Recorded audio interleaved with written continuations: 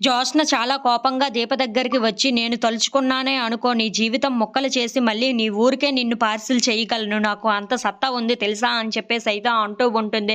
ఆ మాటలు వినగానే అక్కడ ఉన్న దీపకు చాలా కోపం వచ్చేసి జోష్న దగ్గర నుండి వెళ్ళిపోతూ ఉంటుంది. ఇంతలో అక్కడ ఉన్న జోష్న అయితే, "ఏంటి ఇది ఎక్కడికి వెళ్ళిపోయింది? నా మాటలకు భయపడిందా ఏంటా?" అని చెప్పేసైతే అనుకుంటూ ఉంటుంది. ఇంతలో దీప చీపురు కట్ట పట్టుకొని జోష్న దగ్గరికి వస్తూ ఉంటుంది. అది చూడగానే అక్కడ ఉన్న జోష్న అయితే, "ఏంటి ఇది చీపురు కట్ట తీసుకొని వస్తుంది" అని చెప్పేసైతే భయపడుతూ ఉంటుంది. ఇంతలో అక్కడ ఉన్న దీప, "నేను ఇన్నాళ్ళు మౌనంగా ఉన్నాను, శాంతంగా ఉన్నాను అని నువ్వు ఏది పడితే అది అంటే ఊరుకుంటాననుకుంటున్నావా? నాకు గాని కోపం వచ్చిందంటే ఈ చీపురు కట్ట తిరగేసి మరి ఎలా కొడతాను అంటే మీ అమ్మ నాన్నలే కాదు 3 తరాల వరకు గుర్తొచ్చేలాగా గుర్తుండిపోతుంది. నీకు ఆ విషయం గుర్తుపెట్టుకో" అని చెప్పేసైతే అంటూ ఉంటుంది. ఆ మాటలు వినగానే అక్కడ ఉన్న జోష్నకి చాలా భయం వేసి, "నేనేదో సరదాకి అన్నాను అంతే దీప, ఇంకా ఏమీ అనలేదు" అని చెప్పేసైతే అంటూ ఉంటుంది. ఇంతలో అక్కడ ఉన్న దీప మాత్రం, "నువ్వు సరదాగా అన్నావో, ఏమన్నావో నాకు తెలియదు. ఇక నుండి నా జోలికి గానీ, నా ఫ్యామిలీ జోలికి గానీ వస్తే నేను ఏం చేస్తానో అది గుర్తుపెట్టుకో" అని చెప్పేసైతే చాలా కోపంగా జోష్నతో మాట్లాడుతూ ఉంటుంది.